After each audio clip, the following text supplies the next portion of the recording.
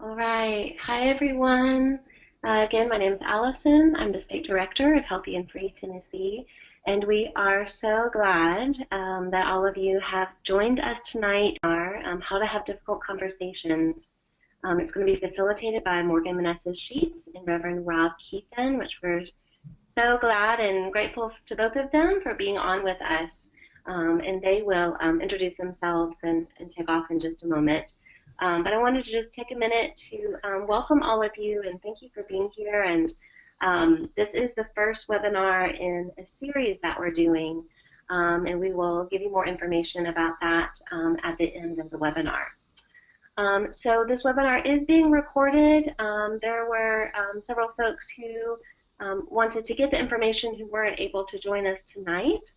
And then you'll also see that you have a spot where you can type in questions, and there's also a chat box. So after Morgan's going to do her presentation first, and then we'll have some time for questions and answers.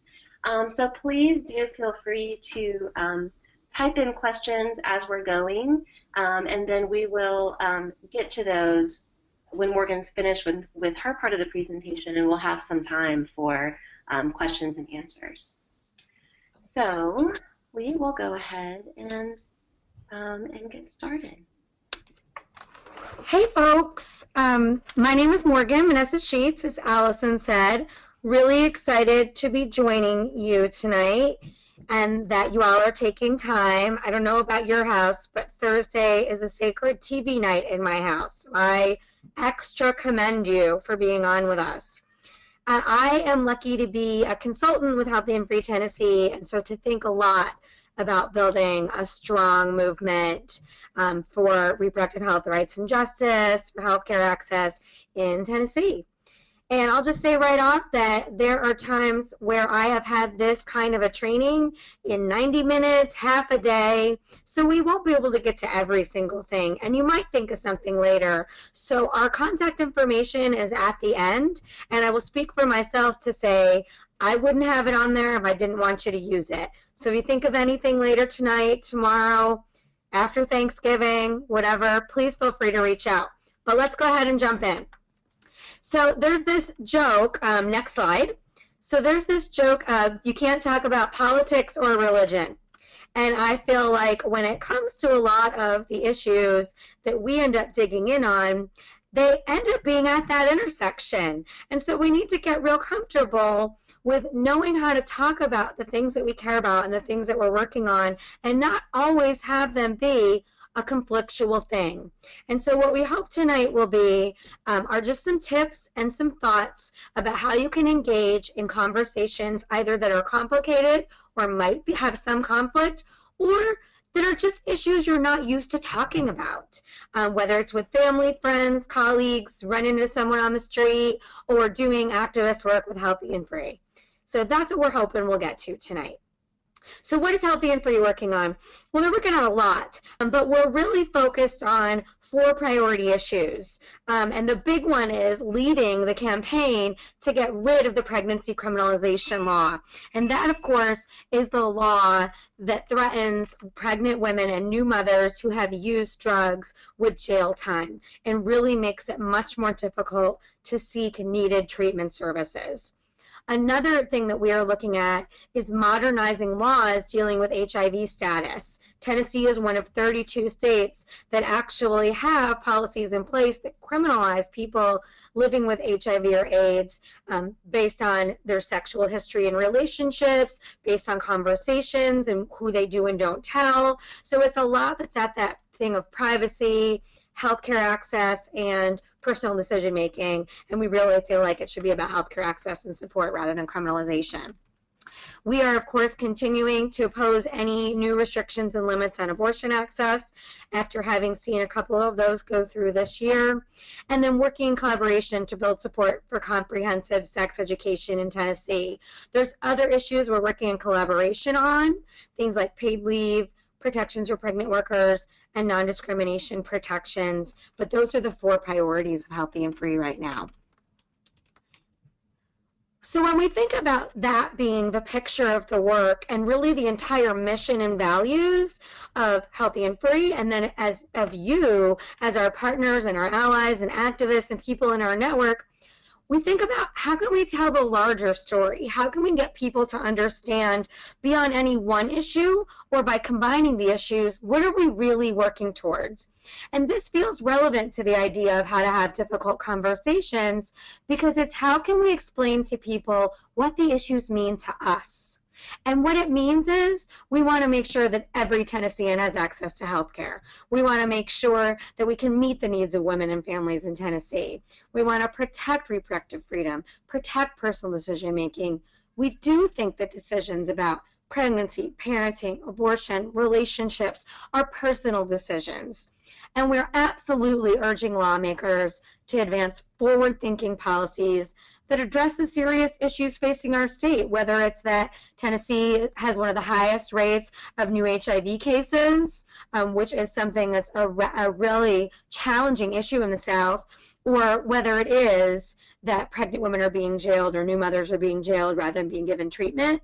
It all fits into this larger story that can help people to understand what the issues mean to us and why we do the work. So when we think about it, the first thing that really is something to consider is when you're going into a conversation with whomever it might be, to not assume that it's going to be a big divisive debate. Sometimes people just don't have the information. We'll use the word ignorance a lot, and it has an incredibly negative connotation. But of course, at the core, ignorance literally means a lack of information. Maybe somebody has never taken the time to talk to them about what abortion restrictions really look like and really mean and how they impact real people. Maybe all they've heard about the criminalization law are terrible stereotypes and stigma about people who use drugs and are struggling with addiction. If that's all they've ever heard, then you might be their first conversation with someone who's really willing to have a dialogue and share information. And so it's an opportunity to educate people, to connect them to the issue, and to be able to help them move forward. And so how we approach a conversation, if we go in with empathy and openness and a willingness to really hear what people have to say and help them understand where we're coming from, rather than going into it like a political debate, then that will actually shape how people will respond to us and how open they are to listening to what we might have to say, which could be very new information for them.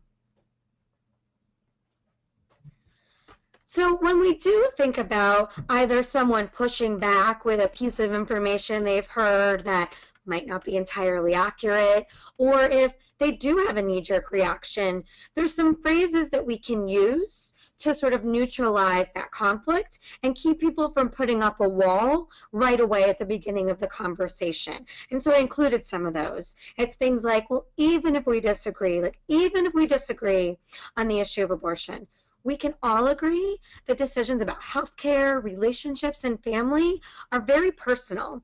You can go back to the other slide. And then things like, well, I hear your concerns, or some people are uncomfortable. You know, I respect that we have different opinions, but where I come from, what I'm thinking about. And it's a way to really acknowledge that conflict, not to sort of ignore it and gloss over it, but not allow it to mean that you can't have a dialogue.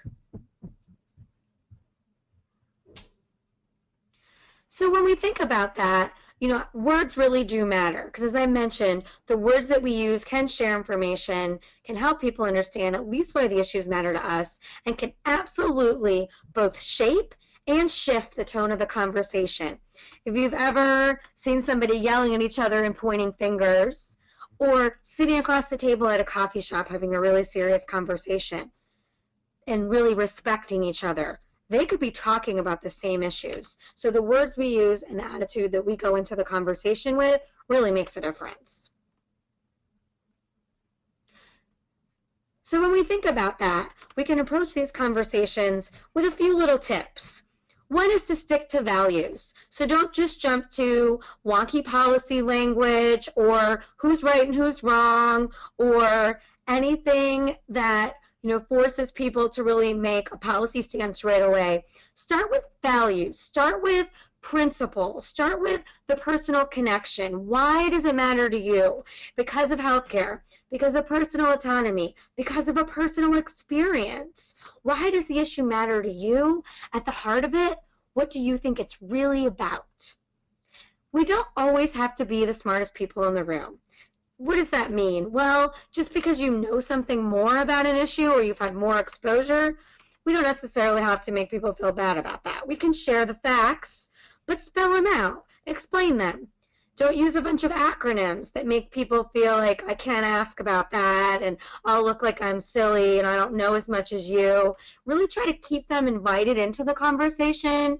Use commonplace language. Don't get too much right away into how a bill is made or a bill number or I need you to come to City Hall tomorrow. Again, try to stick at that personal one-on-one place, at least at the beginning. We want to really be careful to avoid right or wrong wording. What that means is, well, you know the right thing to do. Well, we might believe that, but what we could say is, well, I know that the thing that's going to help people or that's going to make a difference or that's going to ensure health care is available, that's going to meet the needs of women and families. So we're still giving it a certitude and we're giving it a seriousness without saying you're either with me or you're against me. This is the right thing. You are wrong. Because we don't want to imply that people who disagree with us are awful, that they don't care. And far too often that will happen in conversations about issues that have to do about politics and strongly held beliefs. We take our sides, we stand in our camps, I'm right, you're wrong, and we're never going to be able to meet in the middle and better understand one another, and we're not going to be able to bring people along who might have questions, who might be struggling, but who really could move with us on the issues. So they say don't make it personal, like don't say you're wrong. Well, that's true, but you can make it personal for you. And that's a really powerful way to approach a difficult conversation. Talking about we and us, talking about you and I. Like you and I can make a difference in healthcare in Tennessee. Or instead of talking about lots and lots of people, talk about a person, a family, yourself. Share your story. Give insight as to why you care. You can also use things like I believe. Well, what I believe is that at the end of the day, it's not my place to make a decision for someone else. And so I don't think that politicians should be doing that. Or, you know, what I know is that this criminalization law is really hurting people because there's actually not enough treatment available in Tennessee. So people are being jailed and they don't have access. Well, what I feel is that by telling people they can avoid jail by seeking treatment and it's not available, we're putting people in a really tough position. We're hurting women. We're hurting families. And I really struggle with that. So keeping it personal. For me, what I try to remember is what people may not know, and that's a way to introduce information again without people feeling like they're silly for not already knowing it. So those are just some things to think about that keep it about you trying to connect with them and share information. When it comes to difficult conversations, there's a good old agree to disagree. Well, what does that really mean? What we often mean when we say that is sort of just stopping a conversation and walking away. And that's not really what we want to do. So what we want to think about again is, are there ways to avoid conflict? Either by, really making it personal, not pointing fingers, really trying to get them to understand where you're coming from. Again, not trying to incite conflict by saying they're wrong right away. And then how do we move through conflict? Again, how do we take a difficult moment of, I hear you have strong feelings. Here's the way I think about it. Or, I understand that we might be coming from different places. You shared that story with me about a family member who struggled with addiction and how it really hurt your family. And I can see that this is a tough issue for you. Well, these are the things that I've been thinking about.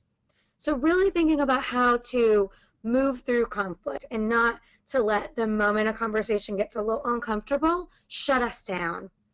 Because again, when we're trying to build a movement and trying to have a stronger group of people who can work together to have these conversations and to forward the kind of policy change that we really desperately need in Tennessee, that means we're going to have some conversations with folks who aren't there yet, but who could be if we took the time to share the information.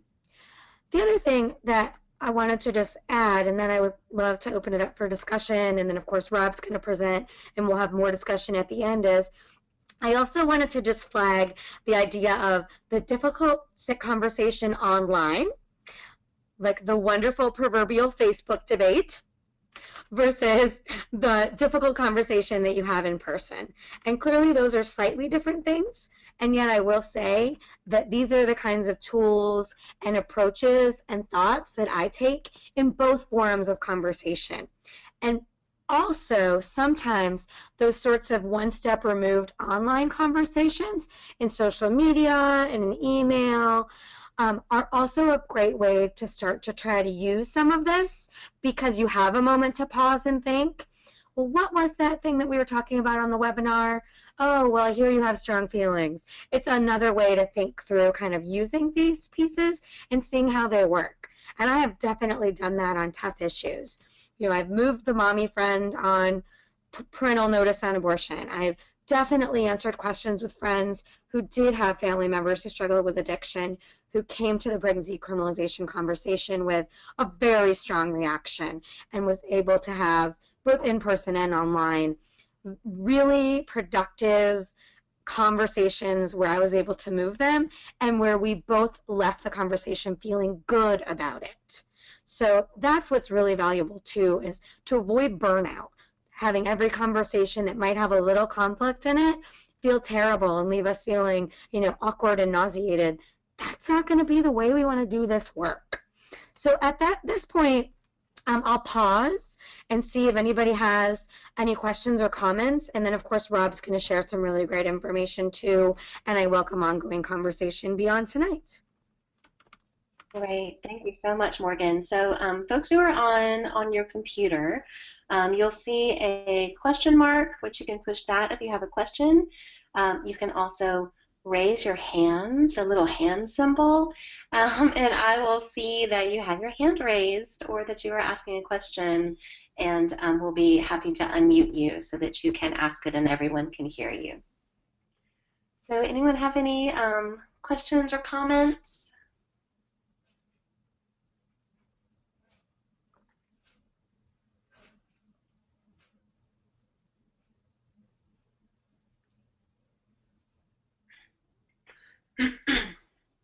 Maybe not yet. I was just thinking, though, when you were just speaking, Morgan, about online conversations, is just that I agree so much, and I feel like it's a, you know, in some ways maybe a safer venue that people have to, you know, express a different opinion. And I know that sometimes I am quick to you know, hide people on Facebook who I might not agree with, or I know if something's really bad, obviously I would block them, but like, you know, in fact, just yesterday, had an experience online with someone, you know, that I knew from forever from ago, and it was around like the refugee crisis. And I had posted an article, and she kind of, you know, asked some questions. I mean, started off pretty, you know, definitely expressing that she disagreed with the sentiment, but then ended up like asking some questions, and ended up saying, oh, like that makes sense. I understand. So yeah, just echoing that it takes some, you know, commitment, and we're definitely all for people taking care of themselves. So if you need to move away from the you know, the conversation, please do. But just that it's interesting that we now kind of have that venue that allows for, you know, different level of interaction. Absolutely. And, you know, self-care is certainly important. If you have someone online who's constantly trying to pick at things you're saying, or someone in your life who's doing the same, you know, you may or may not feel like there's any tips in the world to move them, and self-care is a real thing. And none of this is to say that if someone is being caustic with you, that you should put yourself in a position to just endure that for the movement, if you will. But I've had so many experiences talking through with folks one-on-one in groups, in trainings, online, in emails, dinner tables, whatnot, and we're utilizing the sort of like count to 10 and think through and try to really connect and have a conversation rather than a debate. And at first it might seem very different on issues you really care about to pause and not to just jump right in with your most passionate viewpoint and, you know, whatever statistics you want to throw. But now that I have been doing it for so long that it just comes a little bit more naturally, I actually will have even more of the conversations because I'm not afraid of having them. I know that I won't always leave just exhausted and feeling terrible because I have approached them differently. And so I am willing to. People in my life know that I am the one who will have a very measured debate or conversation on Facebook or whatever forums. And the interesting thing about that to think about is the idea of the voyeur, where when you are talking on social media to someone about a particular topic, they're not the only one that sees that. And I had a very interesting example of that. I live in Baltimore and definitely committed to not just reproductive health rights and justice, but racial justice, and so really engaged online in a lot of conversations when Baltimore was happening to try to gently share information and educate people who were real quick to criticize what was happening with the uprising in Baltimore. And there were a lot of heated emotions, and there was a lot of misinformation, and there were certainly a lot of folks who I grew up in a small town who I know just did not have the same access to information. Not that that is endemic of a small town. I know them, and they haven't necessarily looked beyond the people who all look like them that we grew up with, and a middle-class community. So I had some really great conversations with folks, and a lot of people who either saw me talking to someone else and then reached out on the side, or who said, thank you for sharing this information. I never thought about it that way. And that didn't happen once. It happened many times. And so there's also the people who are touched by seeing people who are willing to have these conversations in a different way. And that's certainly true with all the work that I've done on abortion, where I've been willing to talk to somebody who disagreed or who had a real conflict and not just immediately judge them and say, you're a woman hater, you know, you're anti-choice, and yell at them. I wasn't going to do that. Morgan? Yeah. Yeah, I was going to say, I want to, we have a question from a participant, so I want to get to that before we move on to Rob. Jump in. Awesome. So this question is from Julie. Julie, I just unmuted you. Sure. So that you can ask your own question. Do you want to go ahead? Yeah. Here, I'll read it. Okay. So when I'm speaking to friends and particularly family members about issues like abortion that are very, they're difficult. A lot of the friends that I talk to are people of faith, and they're very convicted. They come from an evangelical community. And so I wanted to know, when they're using that as a defense, and I know you kind of addressed this, but how, when I find myself in an impasse with them and religion is brought up, how can I move forward from that kind of conflict in a productive manner? I feel like I always leave just feeling like, well, that's what you believe, I guess, never mind, you know. Yeah, you know, does that make sense? Yes, it does, absolutely. And I think Rob, too, is going to address this, but specifically thinking around abortion, you know, there's a few things to think around that and utilize around that in those kinds of conversations. I mean, one is to remind that different faith traditions have a wide array of opinions on abortion and on the personal decision around pregnancy and parenting. And so each person should be able to believe strongly what they believe, but we should not be passing laws that only hold up and codify one belief, because what that means is that politician's belief then is imposed on everyone else, and that's not appropriate, And that's actually the opposite of religious liberty and honoring all of our beliefs and faiths. So that's one thing that I have utilized with folks who are coming from that kind of strident place, that, again, we didn't necessarily change one another's minds, but we did have a longer conversation than we may have had if it just ended right there.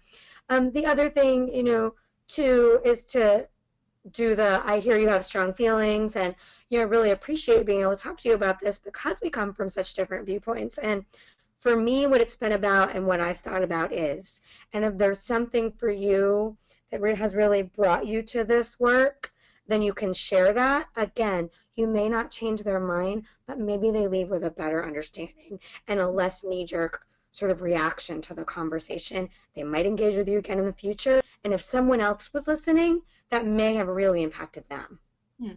Thank you. You're absolutely welcome. So we have another question from Marie. Marie, I just unmuted you. Are you there? Yes, I am. Hi. Hi. Would you like to ask your question, or I can read it for you if that's easier? I can ask it. So I was just wondering, I guess, if you have any tips on how to act as a moderator for these types of conversations. So I often find myself in a situation where I'm kind of between two people who have very strong opposing viewpoints and maybe aren't having a very productive conversation. So I was just wondering if you have tips on kind of how to steer that conversation back into a more productive zone. Sure, and that's tough, of course, because if they are putting themselves in a kind of versus position and you're in the middle, that can be tough. I think one way to think about it is to try to find, are there any commonalities of what they're saying? Like if they're talking deeply about caring about women, if they're talking deeply about caring about morals, or introducing a question, talking about, well, I wonder what we all think about healthcare access, regardless of the type of healthcare. Is that a shared value that we might have? I wonder what we think about creating healthy communities, or like, what do you see as a healthy community? What do you see? Like, there must be things that we commonly agree to that we could work towards. That's one thing. The other thing can be to actually ask them, depending on the relationship you have with these folks. If they're truly friends, it would be really interesting for them to share with one another, because you asked them to, well, where is it that this comes from for you? Like, what has really had you come to this belief? Because, again, even if they don't change each other's mind, there's an empathy and certainly sometimes a calming in the conversation that can come from just having a better understanding of people's perspectives. You could also just introduce your, well, what I hear, or, well, for me, what it's been about, or what I've considered. And that could be particularly helpful if they're getting into very accusatory language, to try to get them to step back a little bit, to introduce other thoughts, or to ask kind of probing questions, or to find some kind of a shared value or commonality. Is that helpful? Yeah, definitely. Thank you. Thanks, Marie. Good luck. Great. Thanks so much. So now we're going to move to Rob. So Rob, I will let you take it away. Thank you. I'm Reverend Rob Keithan. I'm an ordained Unitarian Universalist minister, doing independent faith organizing and training consulting, and have worked with Healthy and Free Tennessee and done a bunch of work in Tennessee before, and worked with Morgan. And so it's a pleasure to be with you all this evening talking about something that I'm really passionate about, which is having these long-term change conversations. And some of what my presentation covers, Morgan has already touched on, so I will try not to be redundant. And I appreciate that first question that came about faith. And certainly, anytime we're talking about abortion or reproductive health and rights issues, religion is just a little bit below the surface, if not kind of right in our faces with the people we're talking to. And that it's not just religion as if religion has this kind of standalone single position. it's religion that's wrapped up in culture and politics and family and tradition, and it's really messy. And a lot of times, these beliefs are really deeply held, and kind of by definition, they're not necessarily rational. And I don't say that in a pejorative sense. I say it in the sense that humans are emotional beings, we're communal beings, and not everything that we think or feel makes sense. And to kind of lay that out there at the beginning of these conversations, and just to say, like, this isn't about rationality and it's not about facts in a lot of cases. It's just more complicated than that. And one of the biggest examples of that is that abortion is not clearly prohibited in the Bible. Like, it's not even close to being clearly prohibited, especially compared to some of the other things that are very clearly prohibited. But that fact doesn't matter to a lot of the folks in this country who nonetheless feel deeply against abortion based on their religious beliefs, and who may claim that it's in the Bible. The fact that it's not in the Bible doesn't really matter to them. What matters is that they have this emotion and this belief, and it's our job to kind of just deal with that. So as we approach these conversations, I would recommend kind of these 3 different goals that we could bring to them. And this recognizes that for the most part, I'm talking about conversations with family members or friends where any single conversation is just one of many. You know, these are people that are in your life for the long haul. And so I think it's easy to feel a lot of pressure to make progress in a particular conversation or even to win it. And I think one of the keys to actually making progress in the long term is to let go of this notion of winning. Is that when we're really committed to winning, we adopt a right versus wrong mentality. And oftentimes I think that leads us to do things in the conversation that aren't actually helpful if our goal is actually to change someone's mind. So first of all, I think we need to let go of winning. Second, to really focus on making a good impression in the sense that we want the people or the person we're talking to leave feeling like we were someone that they want to talk to more about this issue or about these serious issues, even though we may disagree fundamentally about the content. And last but not least, to think that we're not going to win. We're probably not going to change someone's mind in a single conversation, especially on deeply held issues. Change takes a lot of time.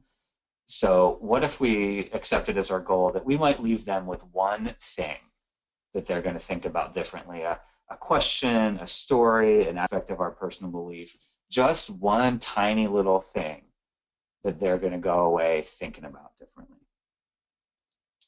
Go ahead, next slide. And so I think it takes some forethought and some attention to kind of be present in these conversations, especially when we're with family members or friends. And I feel like the more we care about someone, or the deeper a relationship we have with someone, the more it hurts when we have really different views on something that matters. And so how we show up in these conversations makes a huge difference. And so I want to encourage us to really believe in the process and acknowledge that although this process may be slow does not mean unimportant, and slow does not mean ineffective. That these conversations, however slow and painful they may be, these are a critical part of social change. In the same way that many of us have learned that stuffing envelopes is social change, and entering data into a database is social change. Having the painful conversations at Thanksgiving with Uncle Joe, that can be social change.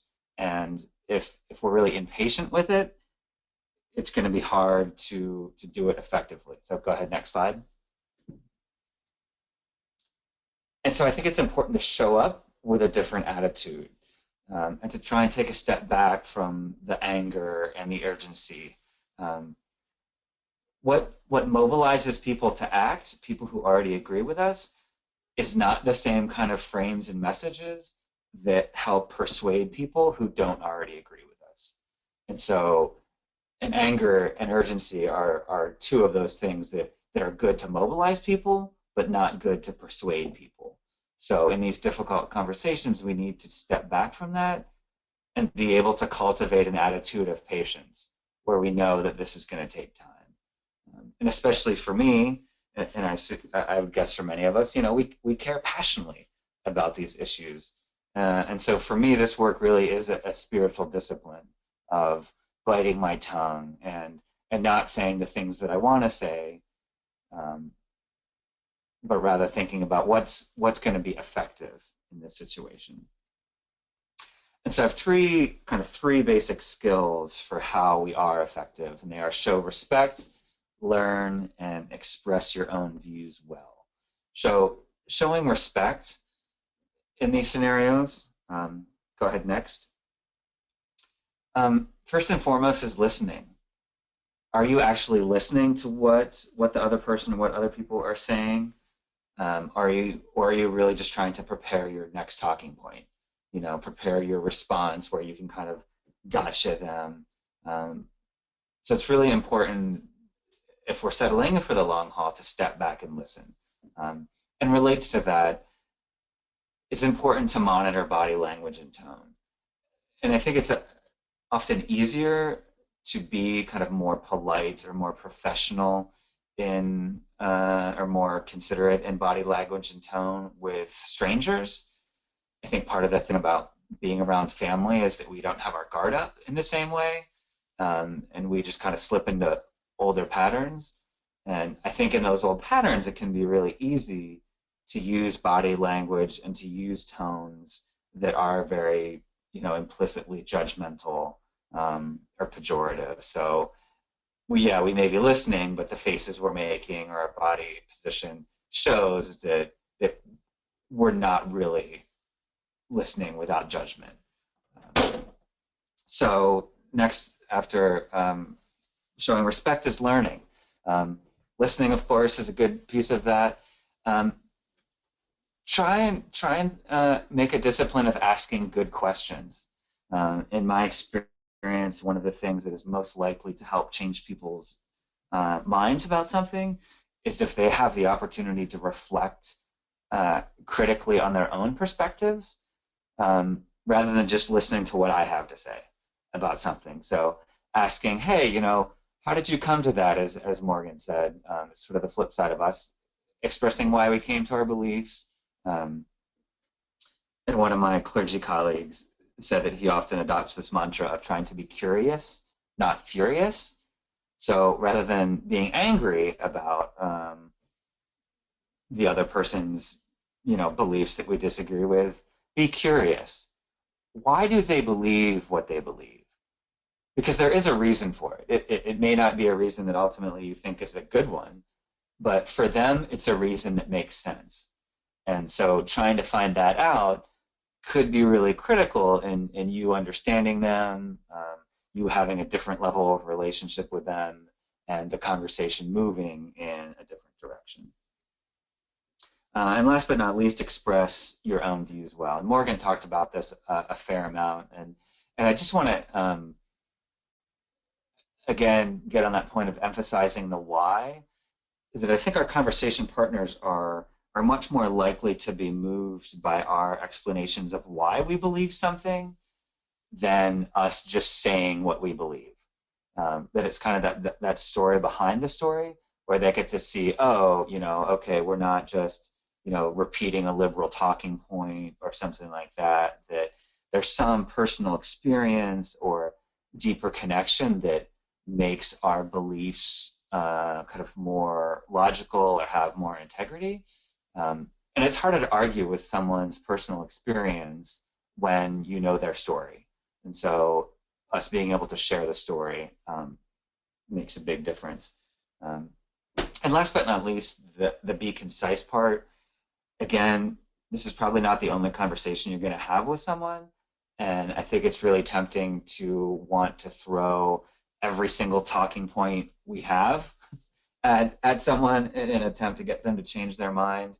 I think it's a lot more effective to just say a thing or two, to ask a question or two, and leave it at that.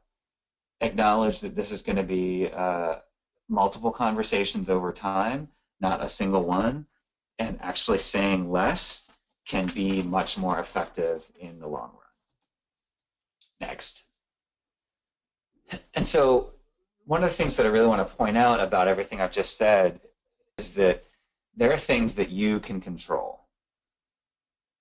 And I think especially when we have kind of an attitude of trying to win a conversation, when we bring that approach, it defines success by whether or not the other person changes their mind. And I think that is kind of misplaced. That for me, these conversations about long-term change are much more about how we show up.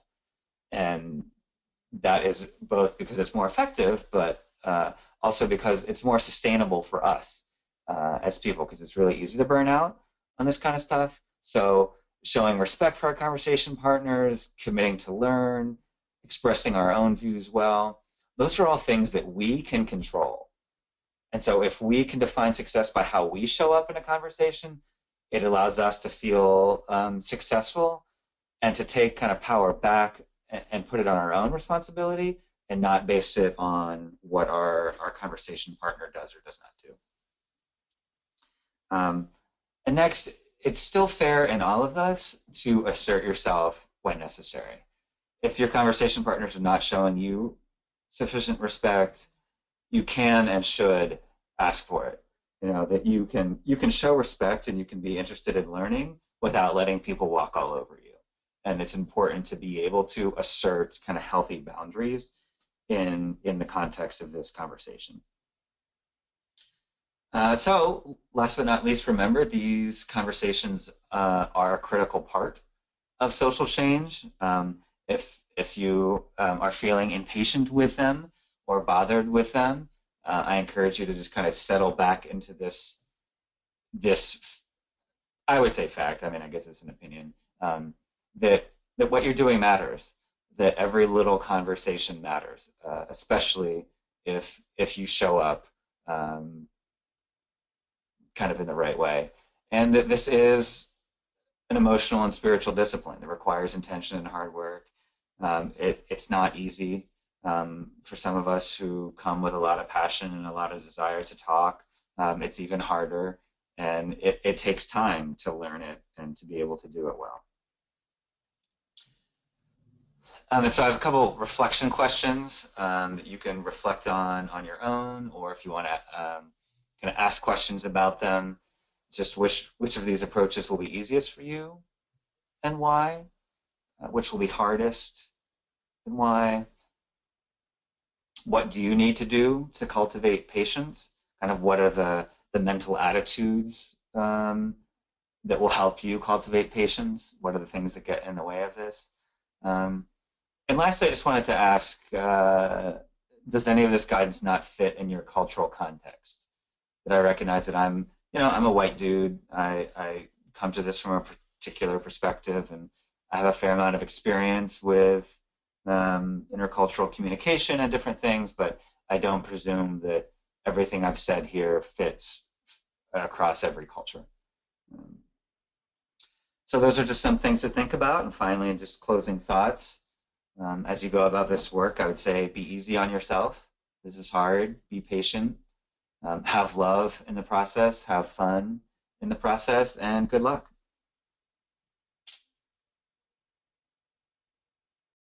Wonderful. Thank you so much, Rob. That was really, really great.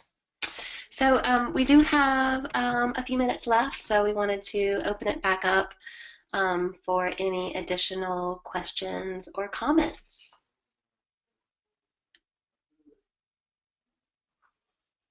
So again, if folks would like to just press the question button, or you can press the hand signal to raise your hand, and I will call on you.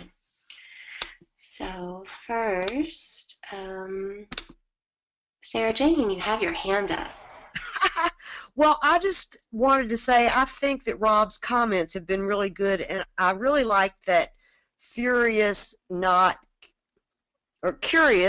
furious. And I'm going to try to remember that and try to approach conversations that way. I think, Rob, you made a lot of points about we don't have to win if we just even get in some good words. And so I really like that curious, not furious, and I'm going to try to I may even seek a different table at Thanksgiving than I normally would so that I can experiment with that. So I guess that's not really a question, but it's just that's a good thought.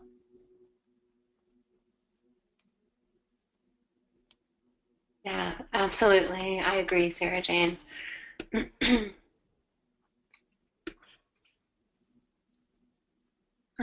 Other folks, thoughts, questions, comments?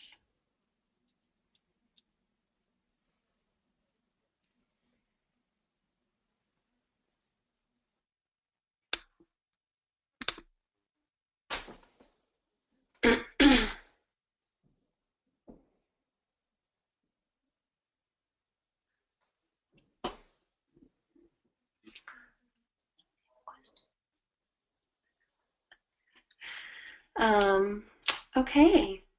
Well, I wasn't sure. Morgan or Rob, did anything come up for you guys as you were like listening to each other's presentations about doing this work? Well, I appreciate that for me that they've connected well, and I hope provided not just analytical approach to the conversations, but I think we both also tried to share some concrete tips. So I do hope that folks will leave feeling like there was one thing they could take from tonight's conversation to help them, and also, acknowledging that just as moving someone else might take time, helping all of us to feel more comfortable having complicated conversations can also take time, and that's okay, and that it's a practice to think through together. Yeah, absolutely. Thank you. Yeah, and I appreciated Morgan's kind of joke at the beginning about not talking about politics and religion, which wouldn't leave me with a lot to say since that's kind of my life. But I think the truth in that is that many of us don't have good models of talking about these issues in respectful ways, and that these conversations, especially around abortion in this country, are really weaponized. And so helping to create spaces, especially in family groups or friend groups that don't have a tradition of healthy conversation, that this work really takes time. And it may take many, many instances of us kind of showing up and role modeling a different way to engage with these conversations. And some of our friends and family members will never come around to healthier ways of communicating, but some will. And so I think it's worth it. Even if we reach one person that we might not have otherwise, then it's worth it to try. Yes, I agree. Thank you. Yeah, this is reminding me of there was a woman that when our kids were smaller, we were in like a little, music class thing together, and we became Facebook friends, and now she knows what I do for my work. And she is very passionately anti-abortion, but we agree on a lot of other social justice issues. And she invited me to, have lunch, and we had lunch and had this, really pretty intense conversation. And since then, she's asked me to, go again, and I have put it off.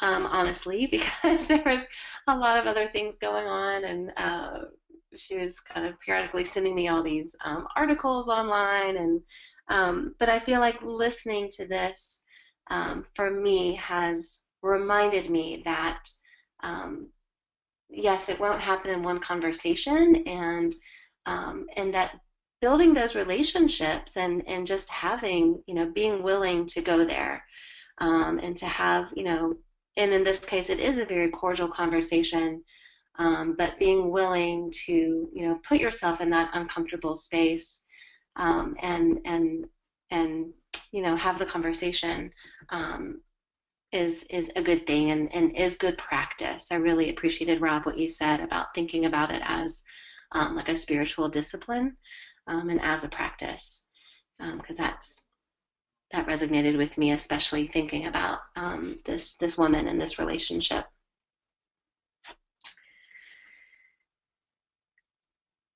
Okay, well, thank you all. Thank you both so much. As far as the what's next, for those of you that get our emails and everything, you know that there's a lot coming up. As I mentioned, we're ending the year and starting the beginning of next year with a series of webinars, this being the first. And so you all probably have already gotten some emails about it, but we will be sending out reminders, and we'll be opening up the registration for the next webinar, which is on December 5th, in the evening again. So please do join us. We will be having a webinar around lobbying. So we know that the session, our legislative session, is just around the corner, and we know that it's going to be, again, a busy session.